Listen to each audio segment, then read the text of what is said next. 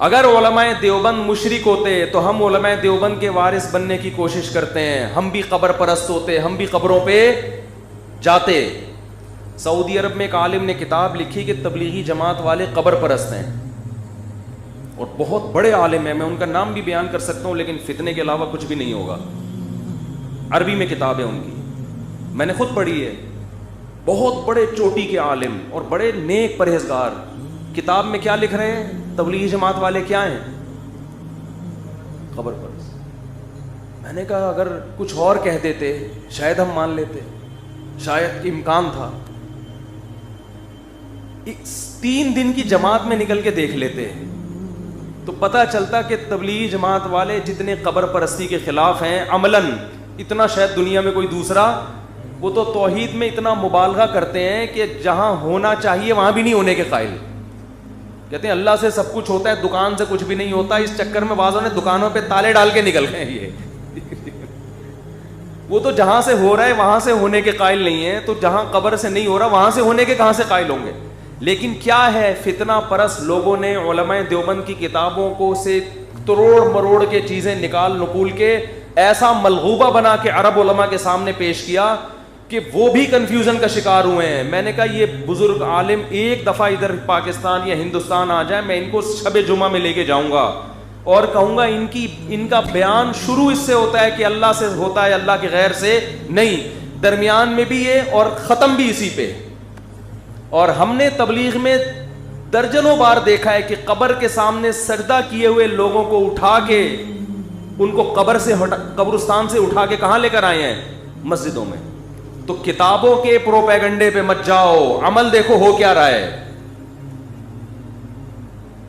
عمل دیکھو ہو کیا رہا ہے. اگر علماء دیوبند قبر پرست ہوتے تو میں بھی کیا ہوتا. مجھے تو جو قبرستان جتنا جانا سنت ہے اتنا بھی ہم نہیں جاتے. کبھی کبھار تو جانا چاہیے, آخرت کی زیارت ہوتی ہے, ہمیں تو اتنا بھی ٹائم نہیں ملتا جانے کا. اور الزام کیا لگایا جا رہا ہے؟ اس وقت بر صغیر میں توحید اگر بچی ہوئی ہے تو علماء دیوبند کی وجہ سے. بہت بڑا کردار ہے ان کا اس میں, ورنہ سب مزار پرست ہوتے. سروے کرو, سفر کرو, میں گلگت گیا ہوں, چترال گیا ہوں, جہاں مزار پرستی نظر آئے گی وہ جگہیں جہاں علماء دیوبند کے اثرات نہیں ہیں. جہاں مزار پرستی نہیں ہے وہاں کس کی تعلیم کے اثرات ہوں گے؟ علماء دیوبند. پورے بر صغیر میں جہاں بھی جاؤ, آپ جہاں بھی جاؤ, مزار اگر نظر آ رہے ہیں, قبروں پہ سجدے نظر آ رہے ہیں, بھائی یہاں کوئی عالم دیوبند کا عالم نہیں آیا تبلیغ کے لیے. اور جہاں میں گلگت کے ایسے دیہاتوں میں گیا جہاں ایک بالش سے اونچی قبر نہیں ہے, سب مٹی کی قبریں, ایک بالش سے اونچی کوئی قبر نہیں, بڑے بڑے قبر. میں حیران, یار تم گاؤں دیہات کے لوگ, تمہیں اتنا شعور, تو سلسلہ جا کے کہاں ملے گا؟ جا عالم من دیوبند, کہاں سے ایک عالم آئے تھے؟ دیوبند. وہ سب مزار ختم کر کے چلے گئے. تو کتابوں میں توڑ موڑ کے مشکل کشا فلانا, بھائی وہ ذو معنی الفاظ ہیں. جیسے حضرت جبریل نے کہا میں تجھے ہبا کرنا چاہتا ہوں, مطلب یہ تھا میں نہیں, ذریعہ کون بن رہا ہے؟ میں اس لیے اپنی طرف فی الحال شارٹ کٹ بات کی ہے میں نے, ٹھیک ہے نا, کیونکہ سب کو پتا ہے کہ اللہ کے علاوہ کوئی اولاد نہیں دے سکتا. ان شارٹ تو بھائی اپنے عقیدے کو مضبوط کرو. اسلام توحید کے معاملے میں بہت حساس ہے. مدد صرف کس سے مانگی جائے گی؟ اللہ سے. مزاروں پہ حاجات پوری نہیں ہوتی. ایک آخری بات کر کے بیان ختم کرتا ہوں. ایک صاحب جن کا آدھا دھڑ فالج زدہ تھا, آدھا دھڑ ہی ہوتا ہے فالج میں, مجھے کہنے لگے کہ میں دعائیں مانگ مانگ کے تھک گیا, میرا فالج ٹھیک نہیں ہو رہا. مجھے کسی نے کہا ہے فلاں بابے کے مزار پہ جاؤ تو وہاں جا کے دعا مانگو تو یہ دھڑ کیا ہو جائے گا, ٹھیک ہے. میں نے کہا جس بابا کی قبر پہ جا رہے ہو آپ کا آدھا دھڑ کام نہیں کر رہا, ان کے دونوں دھڑ کام, تبھی تو قبر میں گئے ہیں. میں نے کہا اگر ان کے دونوں دھڑ میں سے آدھا دھڑ دور کی بات ایک آنکھ بھی کام کر رہی ہوتی نا, مثال کے طور پر آپ کسی بزرگ کا انتقال ہو گیا, آپ نہلا رہے ہیں, ہمارا اسٹائل ہی یہ بات کرنے کا نا. جب میں نے اس کو کہا تو ہنسنے لگا وہ. میں نے کہا جس کے پاس جا رہے اس کے دونوں دھڑ کام نہیں کر رہے بھائی. تو میں نے کہا اگر پھٹے پہ ان بزرگ کو جب نہلانے کے لیے لٹایا تھا ان کا آدھا دھڑ کام کرنے لگتا. تو جو نہلانے والے ان کے دونوں دھڑ کام نہیں کرتے, مر جاتے وہ خوف سے.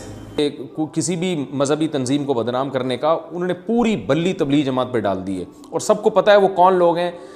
میں ایسی باتیں نہیں کرنا چاہ رہا کہ جس سے ملک میں مزید فرقہ واریت پھیلے اور ایک دوسرے پہ الزامات ہم لگانا شروع کر دیں.